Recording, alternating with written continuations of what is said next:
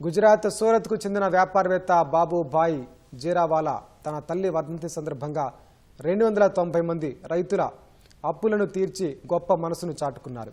రైతులకు సుమారు 90 లక్షల రూపాయలు విరాళంగా ఇచ్చి దశాబ్దాలుగా అప్పుల భారంతో సతమతమవుతున్న కర్షకులకు ఊరట కల్పించారు. జిరా సర్వీస్ కోఆపరేటివ్ సొసైటీ నిర్వాహకులు రైతుల పేరిట 1995లో బోగస్ రుణాలు తీసుకున్నారు. అప్పటి నుంచి కొనసాగుతున్న ఈ రుణ వివాదం జిరా గ్రామంలోని రైతులకు ఎన్నో నిద్రలేని రాత్రులను మిగిల్చింది. ఈ వివాదం కారణంగా కర్షకులకు ఎటువంటి ప్రభుత్వ సహాయం రుణాలు అందడం లేదు. దీంతో అన్నదాతలు అప్పుల పాలయ్యారు.